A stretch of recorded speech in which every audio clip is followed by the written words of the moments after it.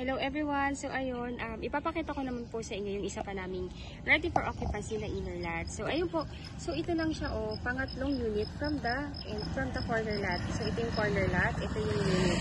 So diretso lang po yan. Then ito na yung ating amenities. Ito yung face gate, ito yung amenities. Dito itatayo yung clubhouse, adult pool, kiddie pool, playground, tapos multi-purpose hall, church, and basketball court. So, kung titingnan nyo po, itong face na to, yung may pinakamagandang face sa Estancia Enclave. So, kaya kahit anong unit mo mapili nyo dyan, napakaganda. Kasi nga po, number one, napakalapit natin sa amenities. Ayun, so, ayan na, ito na yung unit. So, ito po yung pangatlo, diba? Ito yung corner lot. This is the corner lot, yung beige, then yung blue, then yung susunod na unit na beige. Yun po yung available na ready for occupancy. So, ayun po, if you want to reserve the unit, the reservation fee is only 20,000. Then the down payment is only 32,000. Upon paying the reservation fee within 30 days, dapat ma-spot po natin yung down payment na 32,000 kasi ipapa-approve na po yan sa bank financing. Once approved na, dun palang mag-start yung inyong monthly amortization na 19,000 lang per month for 25 years to pay. And of course po, pag approved na, pwede nang malipatan yung unit. Ayan, so ito po yung unit. Then ito yung ating papunta sa may gate. Then marami nang nakatira actually. This is a community already. Ayan. Ayan, again, ito po yun. Pasensya na, nakalock po yan. So this is the one car parking. Ayan po. Pasensya na, nakalock po talaga ito. Hindi natin ito mapapasok. Pero at least you would have the idea kung ano yung unit na makukuha po ninyo. And you have the options po. Please watch my other video po kasi talagang binidyo ko po ngayon lahat ng mga ready for occupancy namin na unit dito sa Estancia Enclaves. Again, from 3.1 million down to 2.6 million.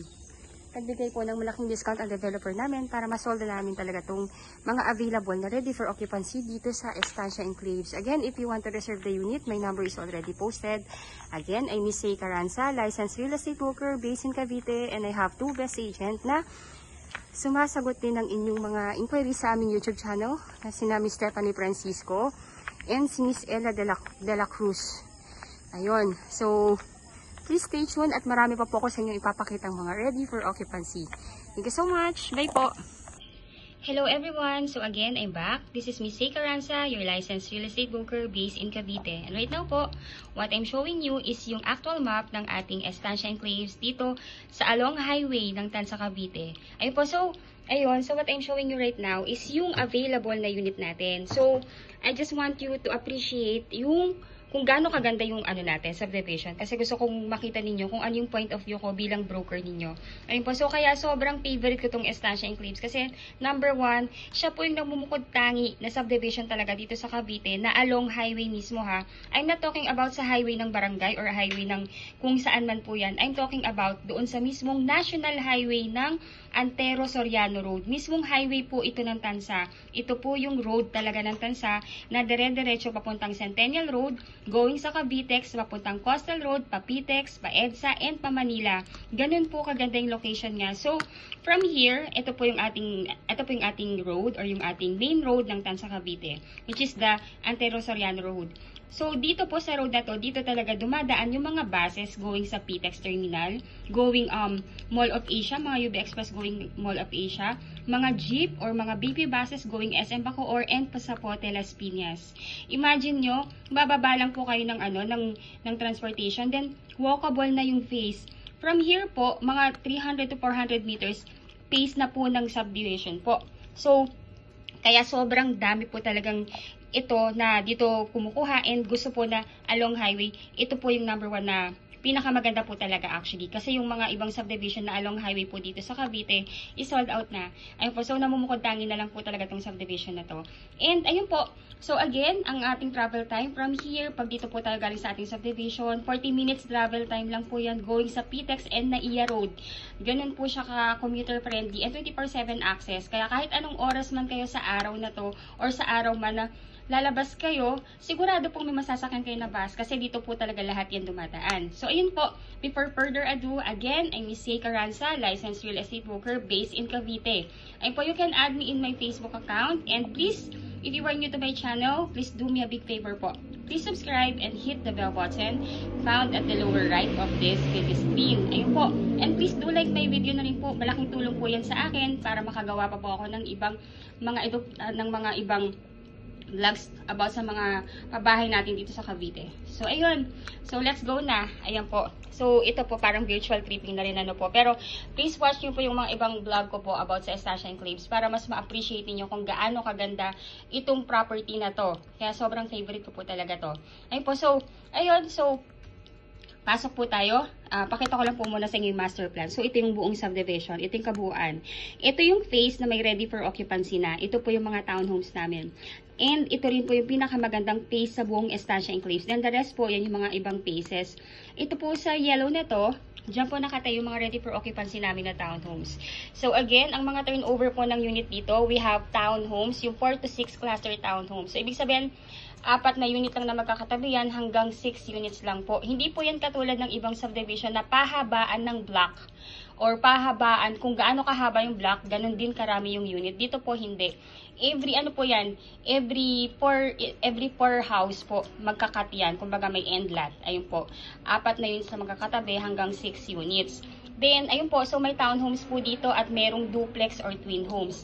Parehas po yun, pag tinurn over, complete finish with tiles. So, ito naman po, itong townhomes natin, pag tinurn over po yan sa inyo, meron na po yung vinyl tiles, meron na yung vinyl tiles sa ground floor, may vinyl tiles na rin sa second floor, and yung ano po, and yung stairs po, naka-wood stairs po yan. Kaya, kumbaga po, talagang lilipatan na lang siya. Then, 3 bedrooms, 2 toilet and bath. May 1 car garage with provision for laundry area and dirty kitchen. Sa likod po yun. Kaya, ayun po, kaya if you want po na mag-extend pa sa likod ng property ninyo, you can do that po. Kasi nga po may space pa sa likod. Then the lot area is 50 square meter and 55 square meter ang floor area. Nakikita nyo po, sobrang ganda po nung deliverable nung unit. Panoodin nyo po yung yung vlog ko till end para mapanood nyo po yung actual na sample ng ready for ng unit ng ng townhomes namin. So ayun, let's go, pasok tayo. So ito yung main road or yung main avenue ng subdivision. Diretso po yan. Then, merong rotonda, may roundabout po dyan. Ito po, papunta sa kabilang phase, ito po yon. Tapos, pag kabilang rotonda, papunta na po dito sa phase na to. Ito pong phase natin, paglabas ng gate, ito na mismo yung amenities. Yung amenities po na yan, dyan itatayo yung adult pool, kiddie pool, clubhouse, picnic ground, playground, basketball court. Kaya, nasabi kong ito yung pinakamaganda kasi, ayan o, katapat lang po. Kumbaga, kung yung mga anak ninyo, yung mga kids ninyo, gustong mag-recreational activity and make friends, ito pwede na lang puntahan to. And also po, by the way po, ongoing pa po yung development ng ating amenities. So, inuna muna yung residential natin, pero eventually, tapos na rin to kasi right now, ongoing na yung pagtatayo. Ayun po, so, ayun po, pasok lang po yan dito, ito na yung gate. Ayun po, sorry. Yung mga nakapo lang yan po yung mga na-reserve na ng mga client namin. Ganun po kabilis. Again po, from 3.1 million down to 2.6 million. Nililiquidate na lang talaga itong mga available na unit para po maubos na namin. Kasi masyado kaming focus dito sa bagong phase. Itong bagong phase kasi na to, dito ilalagay yung mga twin homes or duplex. Pero hindi pa po yung RFO ha. Unlike yun nandito, twin homes. Yung townhouse natin dito is RFO na. Ayan po. So, ito yung mga available nung last week. And ayan po, pagka-vlog ko, reserve ka agad. Lahat online reservation po. Ganun po kabilis. Kaya ayan po, yung available natin na unit dito is ito. Itong Block 17, Lot 43. Block 17, Lot 38. Ito. Tapos, Block 16, 46. Block 16, 42. Block 17, 27. Block 12, Lot 3. Kung ayaw nyo na may katalikuran, ito maganda to. Ayan po. So, ang kagandahan po dito, mukha lang siyang malaki sa face ha. Pero, if lalakarin nyo, dire-diretso lang naman po yan. Malapit lang po siya kasi ako yung binablog ko yan. Nilakad lang namin yan from here, papunta dito sa mga available na unit. So, watch nyo po yung aking mga vlogs. Mapapanood nyo po yung mga video ng actual unit ng mga binabanggit ko. At least para makapili na kayo. Yan na lang po yung available. So, right now po we have 1, 2, 3, 4, 5, 6, 7, 8. 8 units left. Ayun po. So, open house kami this coming Saturday. Ayun po. So, wag niyo na pong intayin mag-open house kasi pag nag-open house kami sa Sabado, sigurado sold po yan. Ayun po, so you can do your online reservation. Let me know lang po kung anong unit yung nagustuhan ninyo para at least ma-hold ko na po yan. Then ipo-forward ko po sa email ninyo yung reservation form agreement para mapirmahan na ninyo and isend back niyo po sa akin. Kung kayo po ay OFW at wala sa Pilipinas, all you need to do po ay magtalaga lamang kayo ng representative na siyang pipirma in behalf ninyo pertaining sa pagkuha ng inyong property dito sa Pilipinas. Ayun po. Tapos po, yung mga documents or requirements na kailangan namin sa inyo para ma-process ang inyong housing loan sa bank, you can email lang naman po yan sa akin. Then, ipiprint ko yan, ipafile ko na yan. Ako na pong bahala mag-send yan sa developer natin. Then, pag may approval na at hindi pa po kayo makakauwi sa Pilipinas, ang magsasign in behalf ninyo dun sa loan approval ng bank sa housing loan is yung representative ninyo. So again, yung representative po ninyo kailangan is immediate family member. Bawal po ako, bawal ang kaibigan, immediate family member po.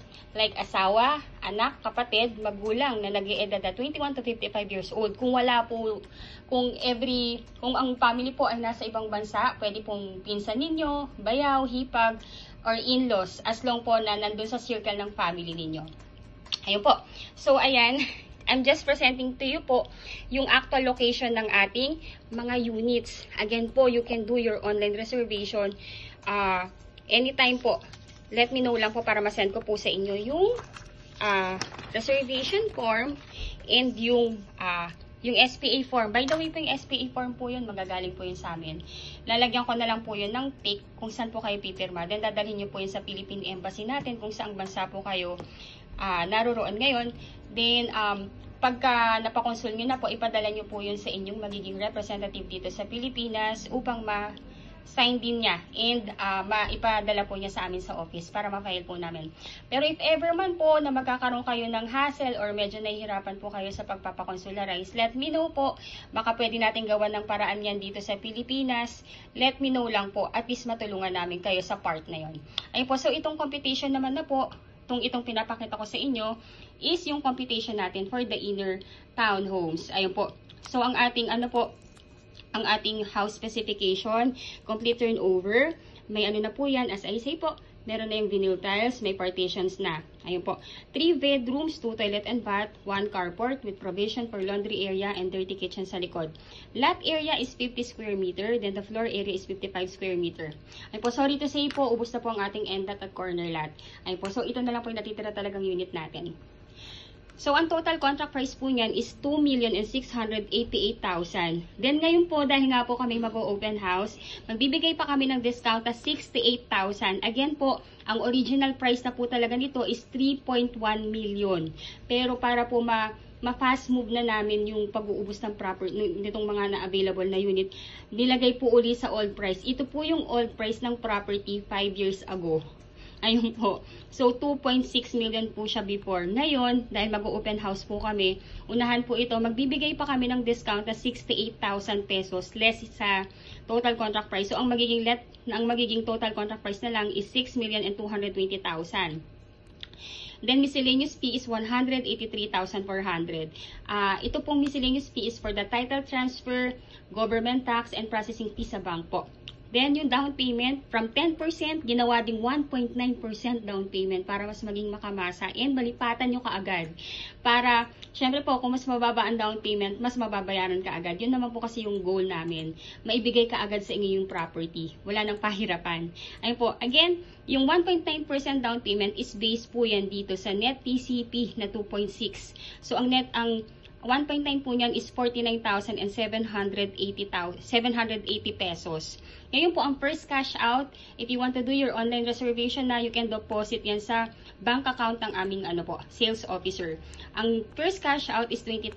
20,000, i-deduct po yan dito sa down payment na 49,780. So, ang magiging net na down payment na lang is 29,780 pesos. Ngayon po, may 5% na initial MF lang po tayo nababayaran na 9,170. Itong 5% initial MF base po yan dito sa 183,400. So, ang 5% po nito ay 9,170. So, i-add lang po yung dalawa na yan, yung 29,780 plus 9,170 equivalent to 38,950. Ito po yung magiging down payment natin na kailangan nating bayaran within 30 days upon reservation po. Ngayon po, pagbayad na yung down payment, stop payment na po tayo. And dapat po na-complete na natin requirements natin kasi po ipapa-approve na natin yan sa bank financing. Ngayon po, while wala pa pong lumalabas na approval, wala po muna kayong babayaran. Usually po yung approval natin sa bank, lumalabas po yan within the period of 30 days. Within the period of 3 months po. Ngayon po, pag may approval na kayo, si bank, directly po yan mag-i-email sa inyo to inform you na na-approve na kayo, then lalatagan na kayo ng contract. Basahin nyo lang po yung contract, and pag nabasing na yung terms and conditions, and nag-agree na kayo, replyan nyo po yung bank na ina-accept yung approval. Para yung magiging representative ninyo dito sa Pilipinas, bibigyan na po siya ng date for loan contract signing po. So, ayun po, ngayon po, pagka nakapag-loan contract signing na po yung inyong representative, hihingi naman po ng go signal sa inyo si bank kung ipapa-loan release yun na po sa developer. Ngayon po, pag na-loan release na po sa developer, yung loan po, mag-i-start na rin po kayo ng inyong loan, ang inyong monthly amortization kay bank. Ayun po. Then, pag na-receive na rin po ni developer yung loan proceeds, hingi naman siya ng 30 days sa atin or sa inyo po, para for the unit preparation and acceptance ninyo ng unit. Yun na po yung magiging date din ng inyong loan ng inyong house turnover po. Ngayon po pag nakapag-loan release na, bali po ito po yung magiging monthly amortization natin. Bali kung gusto niyo pong i-maximum na 30 years to pay po, ang inyong magiging monthly amortization for 30 years is 20,138.77 centavos. Ngayon po yung required income na kailangan na mag-reflect sa inyong job contract or certificate of employment at payslip is at least nag-gross po kayo ng 68,834.35 centavos. Kung gusto niyo naman po ng medyo mas shorter term, meron din po tayong 25 years to pay. Yung 25 years to pay po, that will be 19,397.77 centavos. Ngayon po, kung gusto niyo po ng mas shorter term pa, there is also 20 years to pay. That will be 21,277.72 centavos. Then for 15 years to pay po, is 24,667.12 centavos.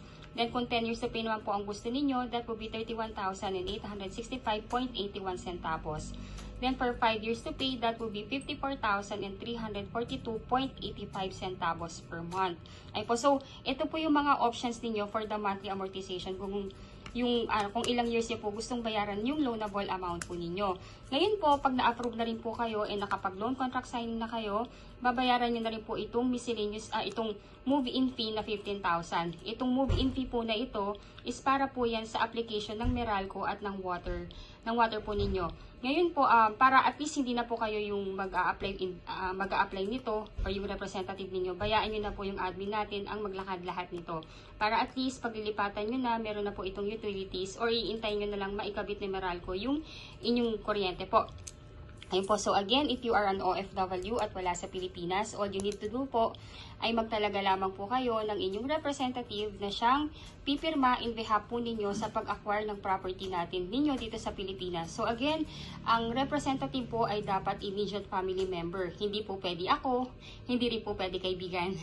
Dapat po immediate family member like asawa, anak, kapatid, or magulang na nag-eedad ng 21 to 55 years old. Ngayon po, kung ang family po ay nasa ibang bansa na rin, pwede po kayong mag-assign ng inyong pinsan, bayaw, hipag, or pamangkin, basta po nasa loob ng circle ng inyong family and makikita, magre-reflect na kaipilido nyo siya or ng inyong asawa. Ayun po. So, again po, ayun po, bali po, ang inyong magiging requirements as an OFW client po, 2 valid ID with 3 specimen signature, husband and wife if married. Then marriage certificate if married, birth certificate plus Senomar if single. Then number 3, 1x1 ID picture or selfie picture with white background, husband and wife if married. Then TIN ID ninyo, husband and wife if married. Ngayon po kung wala po kayong TIN ID, meron po tayo ditong contact na pwedeng doon tayo magpagawa. Ayun po. Then number 5, latest job contract or latest COE with compensation po. Then latest 3 months payslip, visa, permanent residence ID, oath of allegiance, proof of dual citizenship or any that is applicable. Any of this po. Kung citizen na rin kayo sa bansang pinagtatrabahuhan po ninyo ngayon. Then number 8, latest arrival and departure stamp. Yun po yung nasa passport po ninyo. Then number 9, SPA form. Itong SPA form po na ito, manggagaling po yan sa ating developer. I-email ko po yan sa inyo kasabay ng reservation form. Ngayon po yung SPA form, ipiprint nyo po siya, then pipirmahan ninyo, then dadalhin sa Philippine Embassy kung saang bansa po kayo ngayon. Then isasend nyo po yan, yung original po mismo, sa inyong representative para mapirmahan din niya. And isasend po niya via LBC sa aming opisina, or pwede rin po siya magsadya sa opisina namin para personally na maibigay po niya yung SPA form. Ngayon po, kung isa rin po kayo doon sa mga kababayan natin na medyo nahihirapang magpa-consularize sa Philippine Embassy because malayo or walang time or ayun po or for any reasons po, let me know po. Check natin, baka pwede natin gawa ng paraan yan dito sa Pilipinas. Sabihan nyo lang po ako kung ano yung hindrances. Let's see, baka kaya naman natin gawa ng paraan yan dito. Ayun po, so may requirement din po yung inyong magiging representative dito sa atin sa Pilipinas. So number 1 po, 2 valid ID with 3 specimen signature nga. Then latest POV or proof of billing like Meralco or water or internet bill. Dapat po nakapangalan po sa inyo yung proof of billing or doon sa inyong magiging representative. Kung wala pong nakapangalan na billing sa kanya, pwede po siyang magpagawa ng barangay certificate na nagsacertify sa kanya na doon siya nakatira, or kung nagre-renta po siya doon sa tinitirahan niya ngayon, magpagawa lang po siya doon ng letter na nagsacertify na doon siya nakatira. Ayun po. Then, lagyan lang po ng signature ng landlord and mag-attach lang po ng 2 valid ID. Ayun po. Then, di ba, nabanggit ko po dito na ang down payment is payable within 30 days from the reservation. Ngayon po, ang reservation fee kasi pwede pa ninyong i-deposit through online sa aming bank, sa aming sales officer. Pero ito kasing down payment na total of 38,950 ay dapat po naka-ano po yan, dapat po ay naka-manager's check. So ito pong 38,950, kung ipapadala nyo po yan sa bank account ng inyong representative or yun po sa inyong representative, i-request na lang po ng inyong representative na gawing manager's check po ito. Bali, 2 manager's check po yun. Sa unang manager's check, ang ipalagay po is itong 29,780. Then yung second na manager's check is 9,170. Ngayon po, ang dapat po na nakalagay doon sa pay to order is yung pangalan ng developer natin na si Raymolan Lands Inc. Ayun po. Ganun lang po. Ganun lang po kasimple yung pag-acquire ng property natin dito. So, first, inquire po kayo sa akin. Second, reserve the unit. Third, comply natin requirements. Fourth, intayin po natin ang inyong housing loan approval. Then fifth, housing turnover na. Ganun lang po. So, let me know po kung naiibigan nyo na yung property natin. Anong block, anong lot. Para ma-hold ko po kagad yan. Again, open house kami this coming Saturday. And 68,000 down payment discount. Ay, 68,000 discount yung maliles pa dito. From 3.1 to 2.6 na lang siya. Then, may 68,000 discount pa. Saan pa kayo? Unahan po talaga tayo dito. So, again, I'm Miss Say Carranza, licensed real estate broker based in Cavite. And if you are new to my channel, please do me a big favor po. Please subscribe and hit the bell button found at the lower right of this video screen. Add nyo po ako sa Facebook para makilala nyo rin po ako. Thank you so much for watching and bless you all po. Estancia Enclaves, located along highway of Barangay Halayhay, Tanza, Cavite. Ang subdivision po ay nakatayo lamang along highway of Antero Soriano Road, Tanza, Cavite. Just 40 minutes drive from PTEX Terminal and Naiya Road through Cavitex Expressway.